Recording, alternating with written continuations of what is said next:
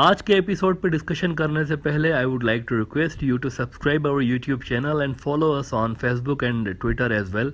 इसके अलावा अगर आप हमें सपोर्ट करना चाहते हैं तो that you can do through a Patreon also. Facebook, Twitter और पेट्रियन के जो लिंक्स हैं वो इस वीडियो की डिस्क्रिप्शन में आपको मिल जाएंगी। इसके अलावा इस चैनल के अबाउट सेक्शन में भी आपको इन तीनों वेबसाइट्स की लिंक्स मिल जाएंगी। म्यांमार में मिलिट्री जनता ने 4-5 लोगों को सजाए मौत दी है। कल उन्होंने सजाए मौत दी है। इनमें से एक म्यांमार का वैसे फॉर्मर मेंबर ऑफ पार्लियामेंट भी था। ये सारे लोग जो थे ये प्रो डेमोक्रेसी लोग थे। अच्छा, लंबे अरसे के बाद, शायद कोई 50 साल के बाद म्यांमार ने दोबारा फांसियां लगाना शुरू की हैं लोगों को। बीच में उन्होंने फांसियां, एग्जीक्यूशंस बंद कर दी थी, लेकिन अब उन्होंने जो है वो लोगों को फांसी लगाना शुरू की है। म्यांमार में बड़ा कॉम्प्लेक्स किस्म का खेल शुरू होने जा रहा है वैसे आने वाले दिनों में। पहले म्यांमार की मिलिट्री जनता मुकम्मल तौर पर चाइना पे रिलाय कर रही होती थी, क्योंकि तकरीबन पूरी दुनिया ने इनका बायकॉट कर रखा था। अक्सर इनकी हथियारों की जो सप्लाई थी वो चाइना से आ रही होती थी, लेकिन बहुत कम लोग इस फैक्टर को जानते हैं कि चाइना दूसरी तरफ जो डेमोक्रेटिक फोर्सेज हैं आंग सान सू की वाली, उनसे डिस्कनेक्टेड नहीं है। ये बात ध्यान में रहे, वो डिस्कनेक्टेड नहीं है उनके साथ भी। चाइना असल में वहां पर भी डायलॉग्स में एंगेज्ड है।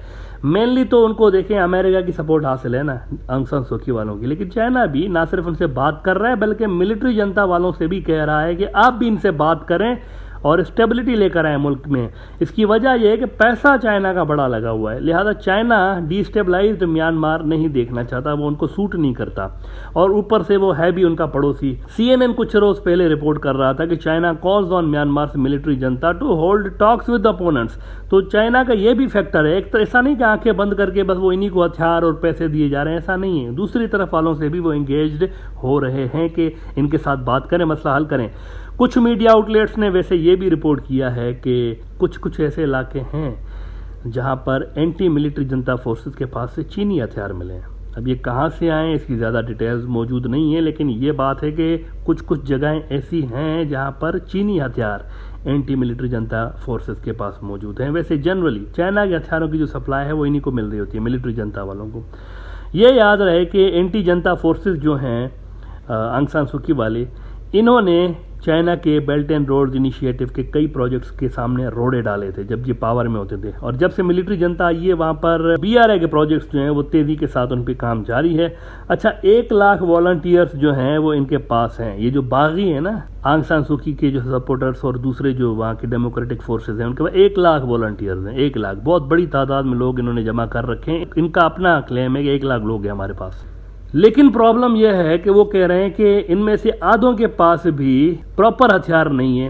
मतलब वो लड़ने के लिए तैयार हैं, लेकिन वेस्ट वाले उतने हथियार नहीं दे रहे, उतने पैसे नहीं दे रहे हमें जितने हमें चाहिए। वो कह रहे हैं अगर हमें आप 8-10 हज़ार ऑटोमेटिक वेपन्स भी दे देना तो भी हम मिलिट्री जनता का जो रूल है उसको उधेड़ सकते हैं, उनको ब्रिंग डाउन कर सकते हैं, उनको धपड़दूस कर सकते हैं। मिलिट्री जनता वालों को 8-10 हज़ार ऑटोमेटिक वेपन्स दे दें बस।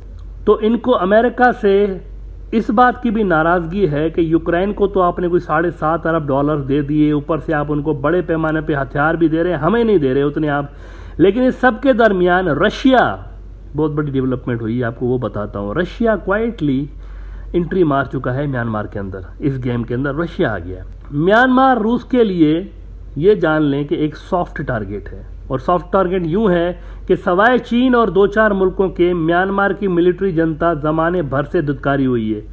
रूस जैसे मुल्क की सपोर्ट इनको मिलिटरली भी हेल्प कर सकती है, फाइनेंशियली भी। और रूस चीन स्ट्रॉन्ग रिलेशंस की वजह से डिप्लोमेटिकली भी इनको ज़्यादा चैलेंजेस नहीं होंगी बैलेंस करने के लिए चाइना और रशिया को। और ये भी फैक्ट है कि मिलिट्री जनता वाले जो है ना, they don't want to rely entirely on China. वो भी जो है वो थोड़ा सा बैलेंस करना चाहते हैं। और चीन खुद भी अगर देखा जाए तो इस चीज़ के हक में नहीं है कि सारा का सारा इनके ऊपर मलबा आके गिरे। ये जो म्यांमार की फोर्सेस हैं वो खुद भी चाहते हैं थोड़ा सा वो डाइवर्ट हो जाए उधर रशिया की तरफ, क्योंकि इस वक्त हो ये रहा है कि दुनिया जो है ना मिलिट्री जनता को चाइना के प्रिज्म से देख रही होती है कि जो कुछ चाइना कहेगा बस ये वही कहेंगे। ये चाइना के लिए भी खतरनाक चीज़ है।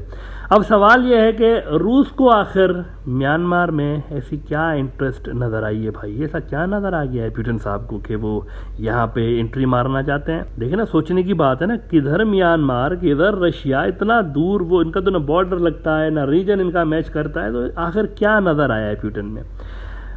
मित्रों, ये चक्कर बड़ा घन चक्कर है असल में। यहाँ पर मैं जिक्र कर चुका हूँ पिछले एपिसोड्स में भी कि रशिया को क्वाड और इंडो पैसिफिक स्ट्रेटेजी जो है अमेरिका ने बनाई हुई है कंटेनमेंट ऑफ चाइना के लिए, इससे रशिया को इतनी ही चिढ़ है जितनी चाइना को चिढ़ है। असल में ये कंटेनमेंट ऑफ चाइना नहीं, कंटेनमेंट ऑफ रशिया के लिए भी प्लान बने हुए हैं, क्वाड और इंडो पैसिफिक। जापान और इनके रशियंस के जो ताल्लुकात हैं ये सदियों से खराब हैं, आज से नहीं सदियों से। जब वो उधर जार होता था रशिया के अंदर, इधर भी इनका बादशाह होता था, तब से लेके खराब है। और इसकी एक बड़ी वजह वैसे कोरल आइलैंड्स भी हैं, एक चेन ऑफ आइलैंड्स हैं जिनके ऊपर दोनों का क्लेम है, जापानीज़ का भी और रशियंस का भी। रशिया नहीं चाहता कि इंडो पैसिफिक स्ट्रेटजी जो है अमेरिका की वो कामयाब हो या क्वाड मजबूत हो, क्योंकि जापान उसका मेंबर है। इसीलिए रूस को भी इंडो पैसिफिक स्ट्रेटजी को काउंटर करने के लिए साउथ चाइना सी और आसियान के रीजन में और इस सारे रीजन में अपनी प्रेजेंस चाहिए। म्यांमार वो मुल्क है जिसके एक तरफ बे ऑफ बंगाल है तो दूसरी तरफ साउथ चाइना सी की तरफ जाते हुए रास्ते हैं। द इंडिपेंडेंट एक बड़ा आलमी न्यूज आउटलेट है, ये रिपोर्ट कर रहे हैं कि Russia is gaining an Indo Pacific foothold through Myanmar while the west continues to try to isolate and punish Russia for the war in Ukraine. Elsewhere, Moscow is widening its reach and influence. Now let me remind you again. अभी कुछ ही रोज पहले Myanmar का जो army chief है, military जनता का head, ये Russia से होकर आया है और इस दौरे को रशिया ने प्राइवेट विजिट कहकर डाउन प्ले किया था ताकि इंटरनेशनल प्रेशर ना आए इनके ऊपर। ये जो भाई साहब हैं इनके आर्मी चीफ, ये पुतिन से मिलना चाहते थे, लेकिन इतलात ये हैं कि पुतिन ने कहा कि भाईजान इस वक्त टाइम नहीं है मिलने का, क्योंकि आलमी दबाव बहुत ज़्यादा है। पहले ही अगर आप भी आएंगे तो कहेंगे ये तो दोनों दोस्त साथ में बैठे हुए हैं, दोनों जालिम लोग हैं, एक यूक्रेन वालों को मार रहा है, दूसरा जो है वो म्यांमार के अंदर डेमोक्रेसी को बंद करके बैठा हुआ है, तो पुतिन नहीं मिला इससे। लेकिन इसके विजिट के कुछ ही रोज़ के बाद रूस का बयान आया कि हम म्यांमार के साथ अपने फौजी ताल्लुकात बढ़ा रहे हैं, ये उन्होंने कहा। राइटर्स ने जैसा कि रिपोर्ट किया था कि Russia says it will deepen defence cooperation with Myanmar. तो असल जो खेल है म्यांमार के साथ रूस की इस अचानक बढ़ती हुई मोहब्बत के पीछे, that is US led Indo Pacific strategy. India के लिए बहरहाल यहाँ पर अगेन एक बड़ा मसला है, रूस इनका अहम मिलिट्री पार्टनर है और वो उन अलायंसेस के खिलाफ खुल के सामने आ रहा है जिसके अंदर इंडिया अहम मेंबर की हैसियत रखता है, क्वाड और इंडो पैसिफिक। तो इस रीजन के पावर बैलेंस में अब एक नई इक्वेशन ऐड हो रही है और वो रशिया की इक्वेशन है। वैसे रूस तो पहले ही भी था यहाँ पे, ऐसी बात नहीं कि ये पहली बार कोई एंट्री मार रहा है, ऐसी बात नहीं। रशिया था यहाँ पे, पहले भी था, म्यांमार के अंदर भी था, लेकिन अब उनका जो असर है वो पहले से ज़्यादा बढ़ चुका है, पहले से ज़्यादा बढ़ चुका है। उनके डिफेंस टाइज म्यांमार के साथ पहले से ज़्यादा बढ़ने जा रहे हैं और बांग्लादेश के लिए, जो कि म्यांमार का पड़ोसी है और वो पोटेंशियल थ्रेट के रूप में म्यांमार को देखता रहता है, ये उनके लिए चैलेंज है कि वो इस नई डेवलप होती हुई सिचुएशन को कैसे काउंटर करते हैं, उनकी मिलिट्री कैसे काउंटर करती है। रशिया के साथ पावर बैलेंस जो है, देखें ना, इतना तो नहीं होना चाहिए कि रशिया के कोऑपरेशन से उनकी जो मिलिट्री कैपेबिलिटीज़ इतनी बढ़ जाएं कि वो बांग्लादेश जो है उसको मैच ना कर पाए, ये नहीं होना चाहिए।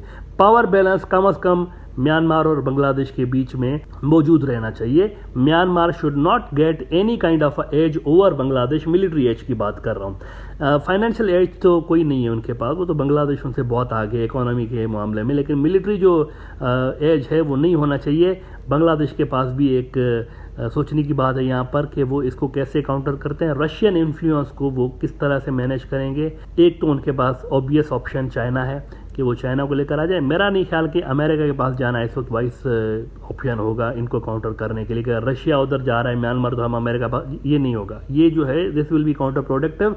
वजह इसकी है कि इसके ख़राब इम्पैक्ट आएंगे बांग्लादेश की जो चाइना के साथ रिलेशन उसके ऊपर। मेरे ख्याल से रशियन जो मिलिट्री इन्फ्लुएंस है उसको चाइना के ज़रिए बैलेंस किया जा सकता है बांग्लादेश के अंदर।